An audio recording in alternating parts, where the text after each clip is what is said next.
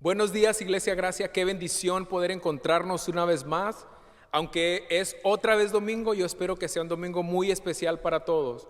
Lo voy a invitar que ahí donde está se una a nosotros esta mañana a exaltar a Jesús, a exaltar al Rey de Reyes. Y si puede, ¿por qué no? Póngase de pie y acompáñenos y dediquémosle un tiempo al Señor esta mañana para adorarlo. Dediquémosle nuestras energías un momento. Así es que únase a nosotros. Es tiempo de adorar a Jesús. Vamos a cantarlo en espíritu y verdad.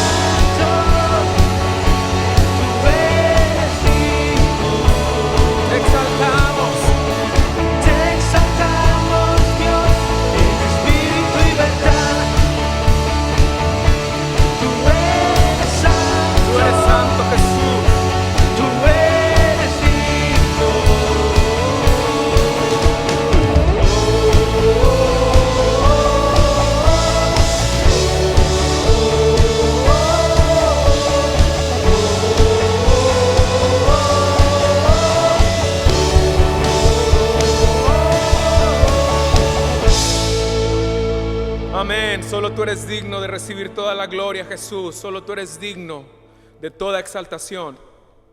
Dice Romanos 5:8, mas Dios muestra su amor para con nosotros en que siendo aún pecadores, Cristo murió por nosotros. Hoy estamos aquí adorando y exaltando al Señor porque un día Él pagó el precio de nuestra salvación. No es porque nosotros éramos buenos, fue por su misericordia y fue por su gracia. Así es que esta mañana vamos a seguir cantando sobre la gracia de Dios, sobre la misericordia de Dios, recordando que un día tuvo misericordia de nosotros. Gracias sublime es.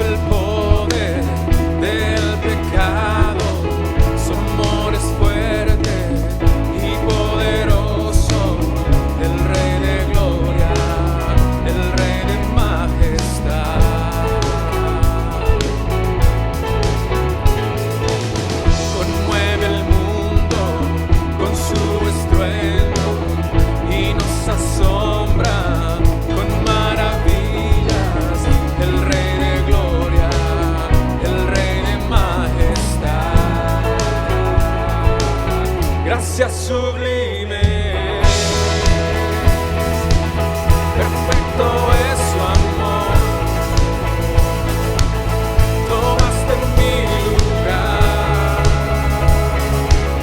cargaste tú mi cruz, tu vida diste ahí, y ahora libre soy.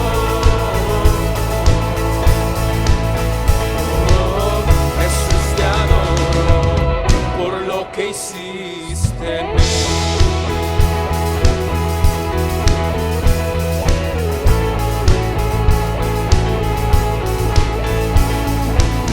Pusiste en orden todo el caos, nos adoptaste como tus hijos, el Rey de gloria, el Rey de majestad.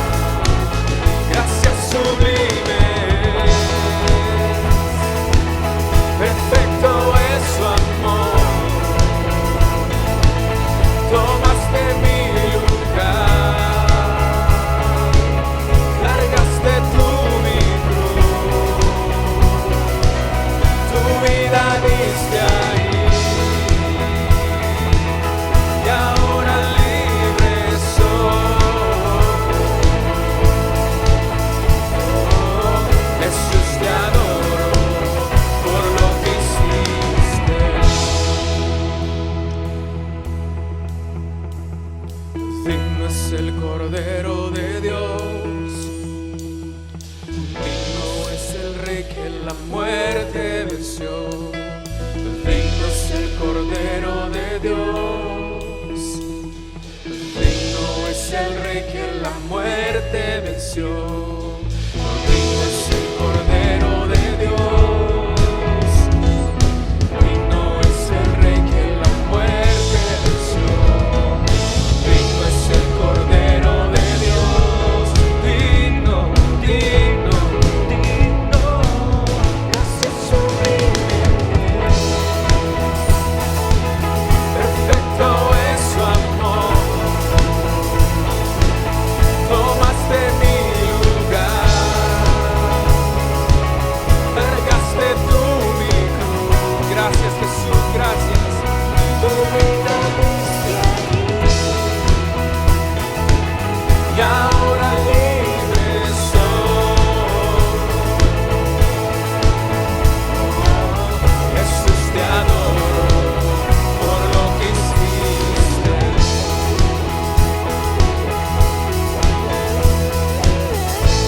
Gracias por tu misericordia, Señor. Gracias por haber ido a la cruz por mis pecados, Señor. Muchas gracias.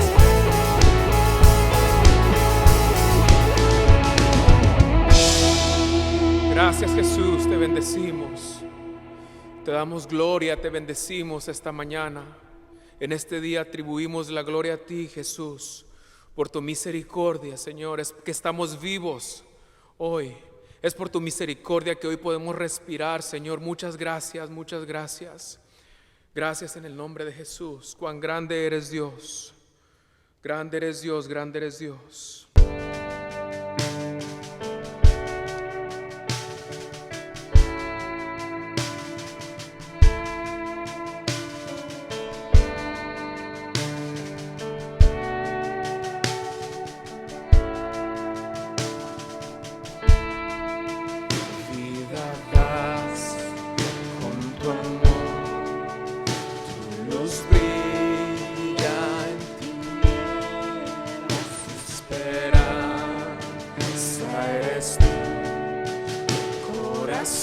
Corazones renuevos,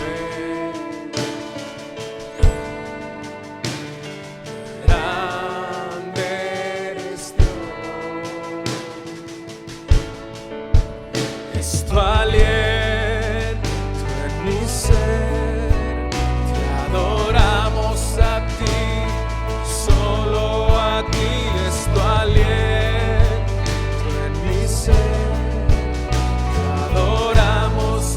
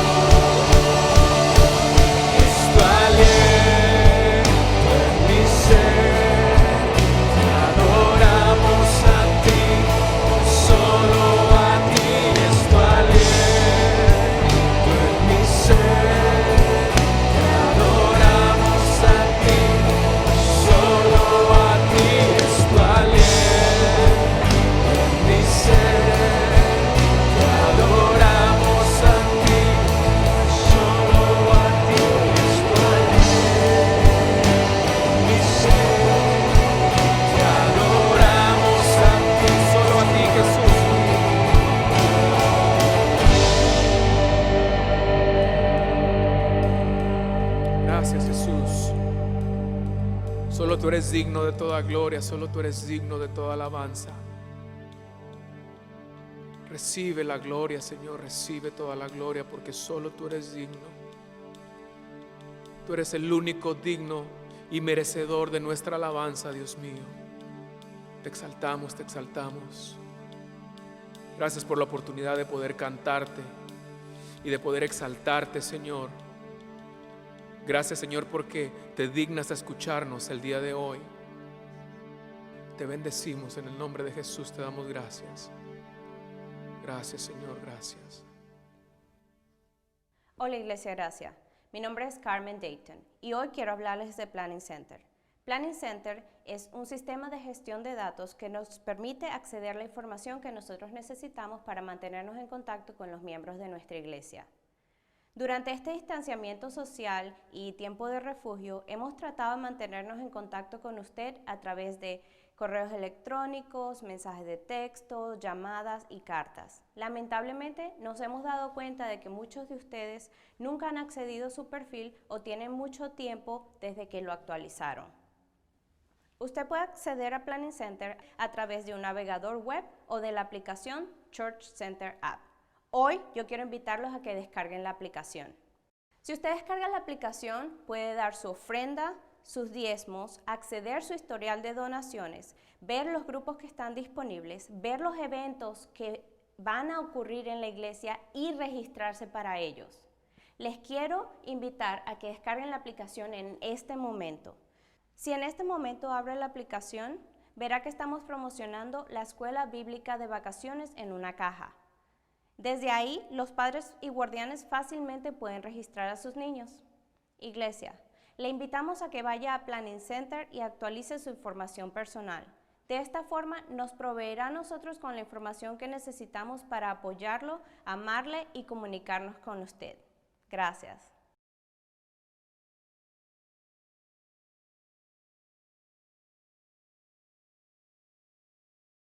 Saludos a todos, qué bendición poder saludarlos el día de hoy.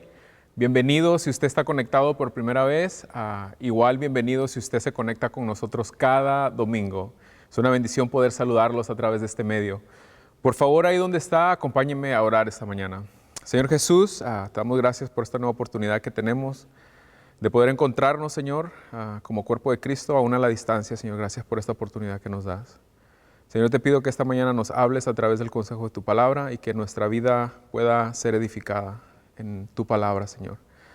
Queremos aprender de ti, queremos conocerte más, queremos actuar, Señor, de la manera que tú esperas que actuemos en los problemas, en las situaciones que vivimos diariamente. Así que la única forma de hacerlo es aprendiendo de ti a través de tu palabra. Y esta mañana queremos usar esa oportunidad para aprender más de ti y conocerte más. Gracias por cada persona que nos está viendo, que me está escuchando esta mañana. Te pido que les bendigas y que juntos podamos aprender hoy de tu palabra en el nombre de Jesús.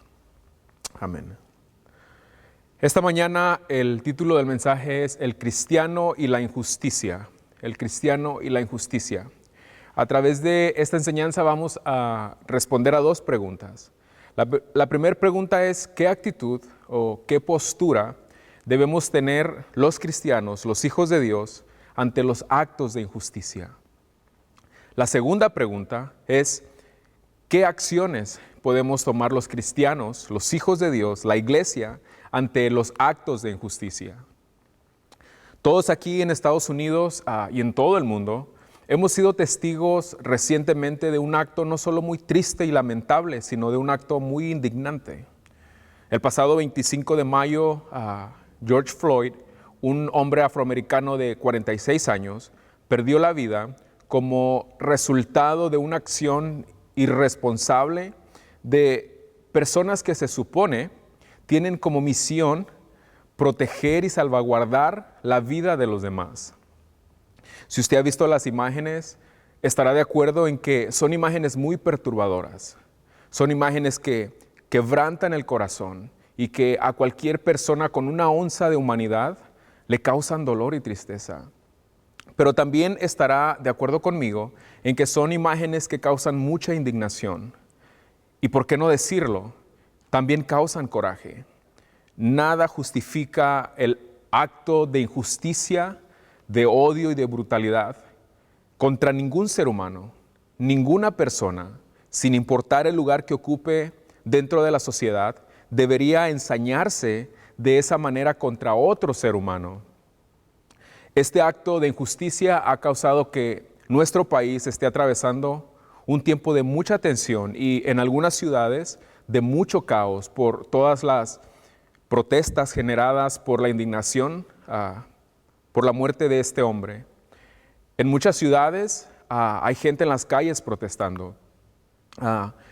Está el país conmocionado debido a lo que pasó con este hombre y luego el resultado de nuestra sociedad, de la forma en que se está manifestando.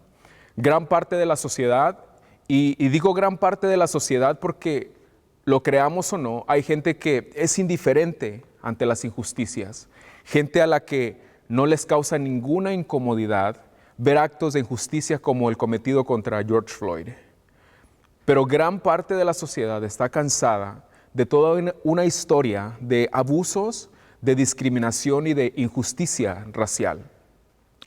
La pregunta para nosotros los creyentes es, ¿qué actitud o qué postura debemos tener nosotros los cristianos frente a actos de injusticia?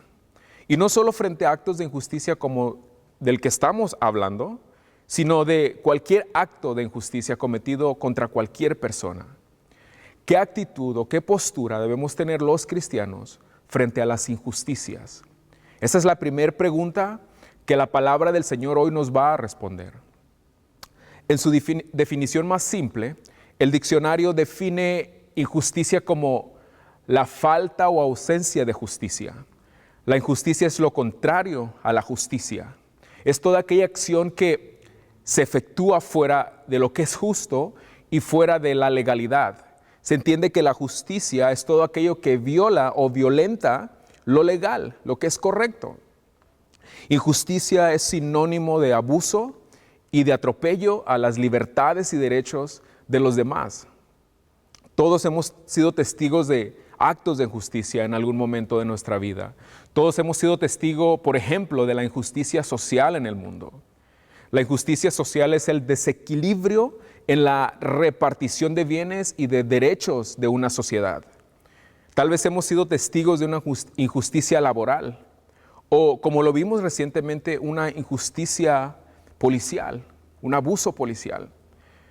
Para responder a la pregunta acerca de cuál debe ser la actitud o la postura de los cristianos frente a los actos de injusticia, lo primero que debemos saber es qué piensa Dios de las injusticias. Así que empecemos por ver qué es lo que piensa Dios acerca de los actos de injusticia en el mundo. Y la mejor forma de saberlo es a través de las Escrituras, a través de la palabra de Dios. La Biblia nos revela que Dios es un Dios justo, un Dios de justicia. Las Escrituras nos revelan a Dios como un juez justo, un juez que siempre obra en justicia. Hay una infinidad de referencias bíblicas que nos enseñan que Dios es un Dios justo, pero por cuestiones de tiempo, hoy solo voy a compartir un par de esas escrituras con ustedes. En el capítulo 19 de Segunda de Crónicas, leemos que el rey Josafat estableció jueces en Judá para que impartieran justicia. Y esto es lo que el rey Josafat le dice a estos jueces cuando les asigna ese trabajo. Esto es lo que les dice, vamos a leerlo. En cada una de las ciudades fortificadas de Judá nombró jueces y les advirtió: tengan mucho cuidado con lo que hacen, pues su autoridad no proviene de un hombre, sino del Señor, que estará con ustedes cuando impartan justicia. Por eso, teman al Señor y tengan cuidado con lo que hacen, porque el Señor nuestro Dios no admite la injusticia, ni la parcialidad, ni el soborno. Josafat les dijo a los jueces: tengan cuidado cómo usan su autoridad. Asegúrense de obrar siempre con justicia, porque ustedes son representantes de Dios y Dios no admite no tolera la injusticia, tampoco tolera el soborno. Dios es un juez al que nadie puede sobornar para que dé un veredicto que no sea justo, que no esté dentro de la justicia. Salmos 9:4 dice esto: tú eres justo, te has sentado en tu trono para hacerme justicia. El salmista describe a Dios como un juez que siempre obra con justicia. La justicia de Dios no es cuestionada o puesta en tela de duda. El Salmo 89:14 también el salmista dice: la justicia y el derecho son el fundamento de tu trono. La misericordia y la verdad van delante de ti. La justicia y el derecho, dice el salmista, son el fundamento del trono de Dios. Podríamos usar la expresión de que Dios construyó o estableció su trono sobre la justicia. El trono desde donde Dios gobierna representa justicia, representa rectitud, representa equidad. El trono de Dios es un símbolo de justicia. La justicia es un atributo de Dios. Obrar con justicia es su esencia. Aunque la justicia de Dios a veces no encaja dentro de nuestra idea o de nuestro concepto de justicia, eso no cambia o anula la verdad de que Dios es un Dios que siempre obra con justicia. En Job 8:3 leemos esto: ¿acaso tuerce Dios la justicia o tuerce el Todopoderoso lo que es justo? Job nos presenta en este pasaje una pregunta de retórica. La respuesta a la pregunta está implícita en la pregunta, en la misma pregunta. ¿Puede Dios torcer la justicia y obrar justamente? La respuesta es no. Dios no corrompe la justicia. Dios es la máxima expresión de justicia. No hay un sistema de justicia en la tierra que sea tan justo como el sistema de justicia de Dios, el sistema de justicia en el reino de Dios. Y Dios no solo obra siempre en justicia, dice la Biblia que Él ama hacer justicia. El Señor se deleita obrando justamente. El Salmo 33 dice esto, escuche lo que dice: el Señor ama la justicia y el derecho. Ahora, si Dios ama la justicia y se deleita en la justicia, la pregunta es: ¿cómo ve Dios los actos de injusticia? ¿Qué le causan a Dios los actos de injusticia? Veamos qué dice la Biblia respecto a eso. En Proverbios 17:15 leemos esto: el Señor aborrece que se perdone al culpable y se condene al inocente. Proverbios dice que Dios aborrece, Dios detesta la injusticia. Creo que todos estamos de acuerdo que en cuestión de justicia legal o penal, perdonar a alguien que es culpable y condenar a alguien que es inocente es un acto de injusticia. Yo creo que todos estamos de acuerdo con eso. La Biblia dice que el Señor aborrece, detesta tales actos de injusticia. Algunas versiones dicen que perdonar al culpable y condenar al inocente es algo repugnante para Dios, para el Señor. Dios detesta tales actos de injusticia. Proverbios 11:1 dice esto: el Señor detesta el uso de las balanzas adulteradas, pero se deleita en pesas exactas. La balanza es un símbolo de justicia. Una balanza adulterada resulta en un peso o en una cantidad que no es justa. Una balanza adulterada o alterada se inclina hacia el lado que no es justo, hacia el lado opuesto de la justicia. Imagine que usted va a la tienda y pide 2 libras de X producto, pero resulta que la escala o la balanza que usan en esa tienda para pesar el producto que usted necesita o que usted quiere está alterada para, de modo fraudulento, darle al cliente menos de lo que es debido. Usted paga por 2 libras de ese producto, pero se lleva 1,5 libras. La balanza adulterada es usada para cometer un fraude. Y eso es una injusticia porque usted pagó por 2 libras, pero le dieron 1 libra o 1,5 libras, le dieron menos de lo que usted pagó y eso es un acto de injusticia. Dice el texto que Dios detesta, aborrece, odia actos de injusticia que resultan de una balanza adulterada. Eso es lo que dice la Biblia. Pero al final del versículo dice que Dios se deleita en la pesa exacta. Es decir, Dios se deleita, se goza en los actos de justicia. Dios ama y se deleita en la justicia, pero está en contra de los actos de injusticia. Los aborrece, los detesta. Entonces, ¿qué postura o qué actitud debemos tener los cristianos, los creyentes, la iglesia ante los actos de injusticia? La respuesta es lo que acabamos de ver. Debemos tener la misma actitud y la misma postura que Dios tiene ante la injusticia. Eso es, debemos amar la justicia y detestar la injusticia. Eso es lo que dice la Biblia. Ahora, la Biblia ya nos contestó la pregunta de qué actitud o qué postura debemos tener los cristianos frente a los actos de injusticia. Y eso es, debemos rechazarlos, debemos aborrecerlos, debemos estar en contra de ellos. Ahora veamos qué respuesta tiene la Biblia a la segunda pregunta, a la pregunta de qué acciones podemos tomar los cristianos ante los actos de injusticia. ¿Hay acciones o cosas prácticas que los cristianos podamos hacer ante los actos o frente a los actos de injusticia? Vamos a ver qué dice la Biblia. Los cristianos podemos ver la injusticia, ver los actos de injusticia e ignorarlos. Pero ¿es eso lo que se supone que debemos hacer los cristianos? ¿O hay algo que podamos los hijos de Dios hacer respecto a la injusticia? Permítame compartir con usted 3 acciones que la palabra de Dios nos enseña que los cristianos podemos tomar o podemos llevar a cabo frente a los actos de injusticia.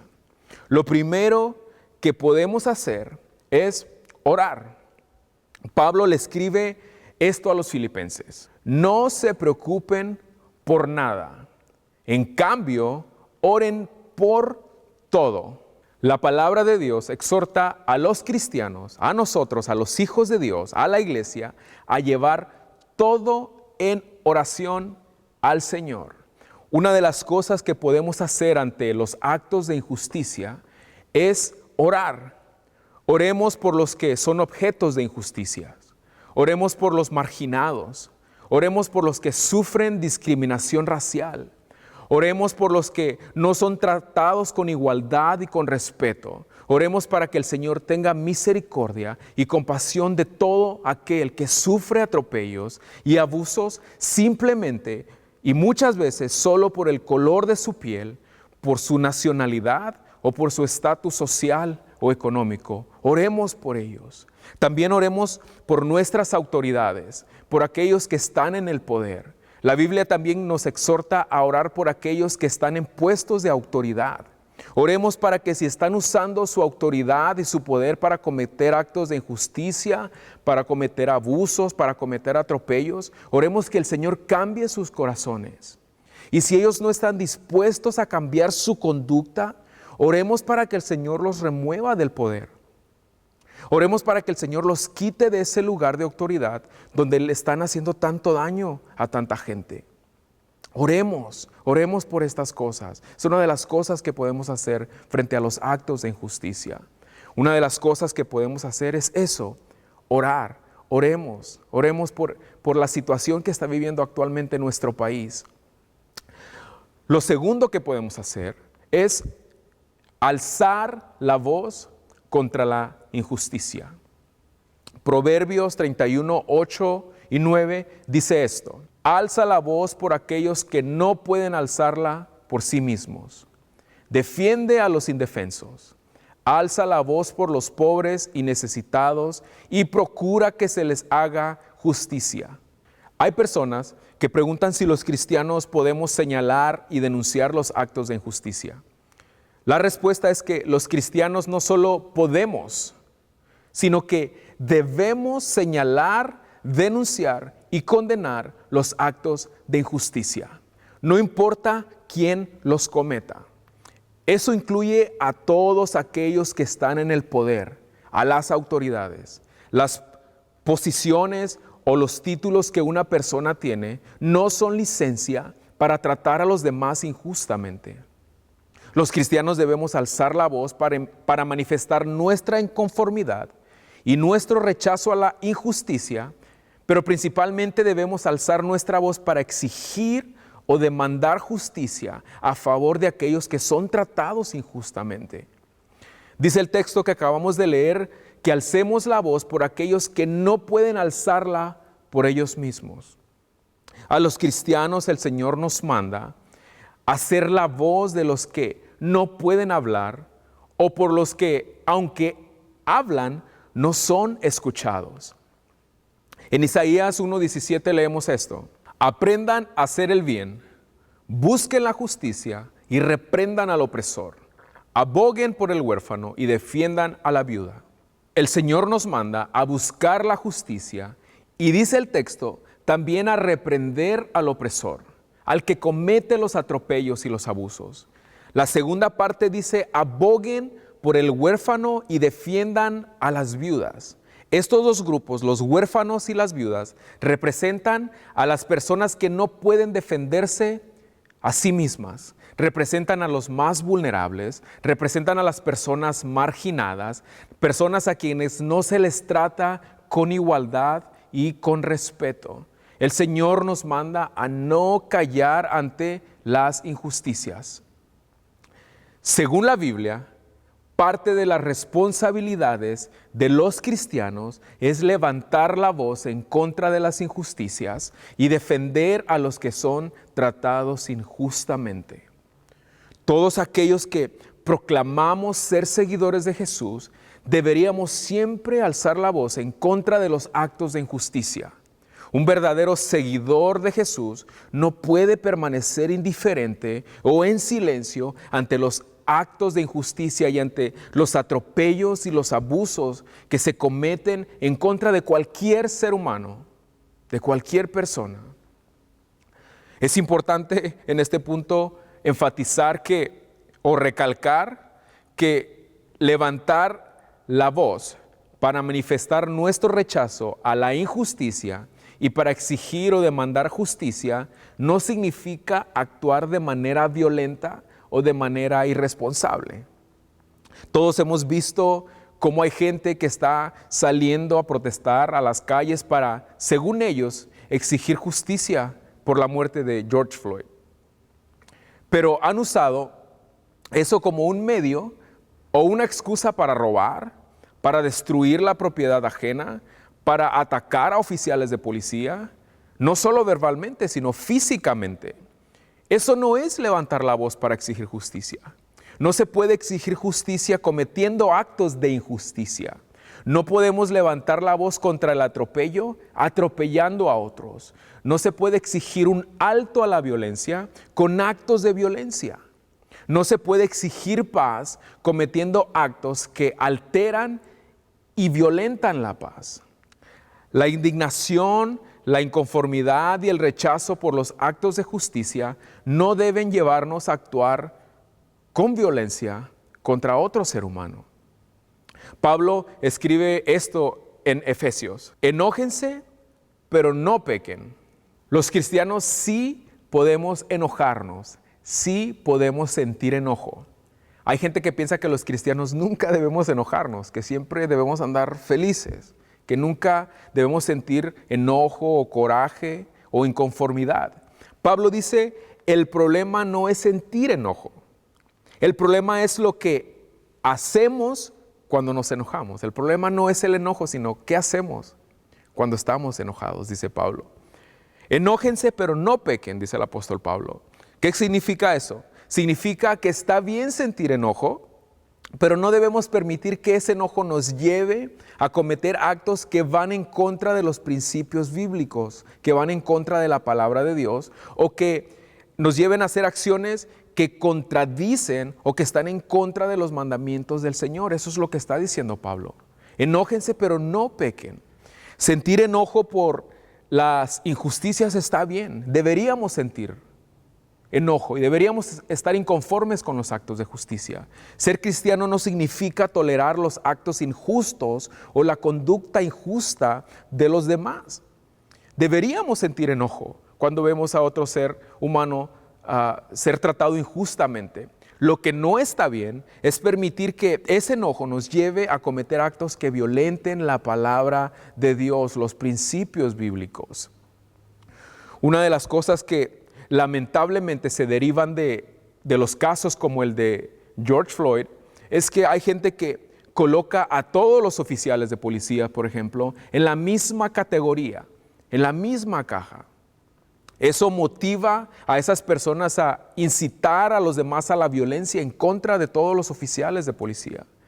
Es un gran error ponerle una etiqueta a todo un grupo de personas por las acciones cometidas por unos cuantos elementos pertenecientes a ese grupo.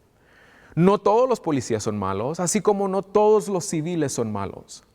Calificar o etiquetar a todo un grupo de personas por las acciones de algunos también es un acto de injusticia.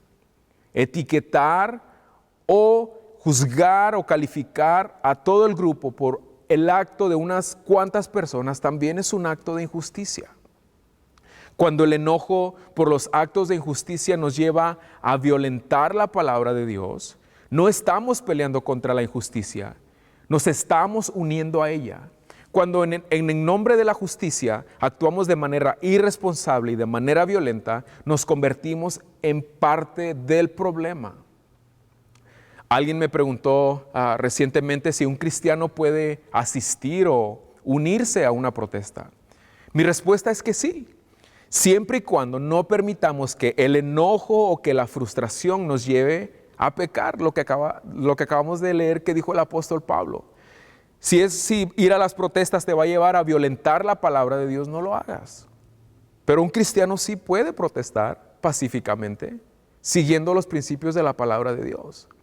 Y aclaro, no lo estoy mandando a protestar. Por favor, escuche con atención lo que estoy diciendo. No quiero que tome lo que estoy diciendo como una incitación a lanzarse a las calles y después le pase algo y diga, el pastor me mandó. No, yo no lo estoy mandando a que lo haga. Si lo hace, que sea por una convicción propia, y si lo hace, hágalo con mucha responsabilidad. Recuerde, somos hijos de Dios y debemos actuar como tales, como hijos de Dios. No importa en dónde estemos y no importan las circunstancias en las que estemos. Levantemos o alcemos la voz, pero siempre a través de los medios apropiados, de los medios legales. Y hagámoslo siempre de manera responsable. Si lo hacemos de manera equivocada, nos convertimos en el problema, no en la solución. Protestar en contra de la injusticia tampoco significa tomar la ley en nuestras propias manos. Tampoco significa tomar venganza. Por cierto, hablando de alzar la voz por los medios correctos, una forma de alzar la voz en contra de las acciones injustas es salir a votar. Los que vivimos aquí en Estados Unidos y podemos y tenemos el derecho de votar, necesitamos hacerlo. Y ya sé que tal vez más de uno que me está viendo ahorita está diciendo que votar no sirve de nada, que igual nuestros votos no son tomados en cuenta, etcétera, etcétera. La gente tiene 1000 excusas para no ir a votar, para no cumplir su deber. Usted y yo cumplamos con nuestro deber y con nuestra responsabilidad como ciudadanos. El resto hay que dejarlo en las manos de Dios. No podemos dejar de hacer lo correcto solo porque los demás no lo hacen. Lo voy a repetir. No podemos dejar de hacer lo correcto solo porque los demás no lo hacen. Aquí en Estados Unidos estamos a meses de las votaciones, de las elecciones. Infórmese acerca de los candidatos. Infórmese acerca de sus propuestas. Cumplamos nuestro deber civil y salgamos a votar. Pero también hagamos eso responsablemente, con conciencia.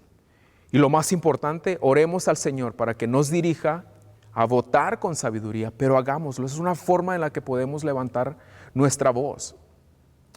Entonces, ¿qué podemos hacer los cristianos ante la injusticia o ante los actos de injusticia? Número 1, podemos orar.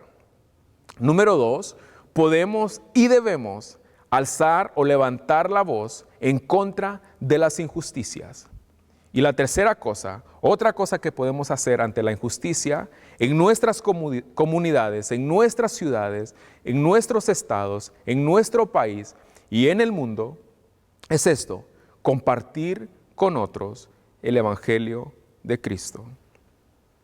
Los actos de injusticia cometidos por los seres humanos se manifiestan en el exterior, pero tienen su origen en el interior del ser humano. Los actos de injusticia y todos los demás actos de maldad del ser humano se manifiestan en lo visible, pero tienen su origen en lo invisible, en el corazón. Jesús fue muy claro en señalar la fuente de toda la maldad del hombre. Esto dijo en Lucas, vamos a leerlo. Porque de dentro del corazón de los hombres salen los malos pensamientos, los adulterios, las fornicaciones, los homicidios, los hurtos, las avaricias, las maldades, el engaño, la lascivia, la envidia, la maledicencia, la soberbia, la insensatez. Todas estas maldades de dentro salen y contaminan al hombre. Como lo vemos en las palabras de Jesús, los actos de maldad que los seres humanos llevamos a la práctica en el mundo visible nacen primero en el mundo invisible, en el corazón. Y Jesús no está hablando del órgano que hace circular o que bombea la sangre en el cuerpo. Cuando Jesús habla del corazón, está hablando de la esencia del ser humano, del lugar donde está nuestra voluntad, nuestros pensamientos, nuestras intenciones.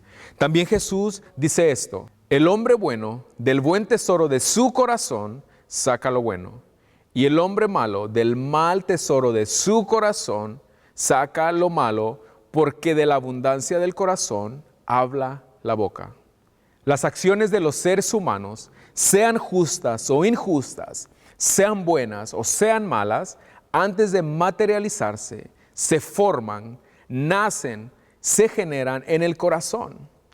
Las acciones de todos nosotros están determinadas por la condición de nuestro corazón, según la Biblia. Ahora, si el problema está en el corazón de las personas, ¿cómo se soluciona ese problema? El único que puede producir un cambio en el corazón del ser humano es Dios. Dios es el único que puede cambiar un corazón lleno de odio a un corazón que tenga la capacidad de amar. Dios es el único que puede cambiar un corazón intolerante por un corazón comprensivo, un corazón que muestra misericordia y que muestra compasión por los demás. Solo Dios lo puede hacer. Y la forma en que Dios cambia el corazón de las personas es a través del Evangelio. Cuando la persona escucha y cree en el Evangelio y como consecuencia pone su fe en Cristo, es cuando el corazón empieza a tener un nuevo estilo de vida.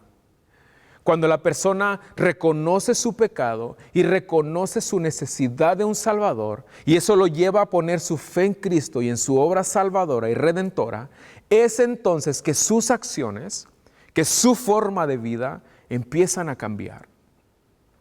Veamos lo que escribe Pablo en relación a compartir el Evangelio a otros.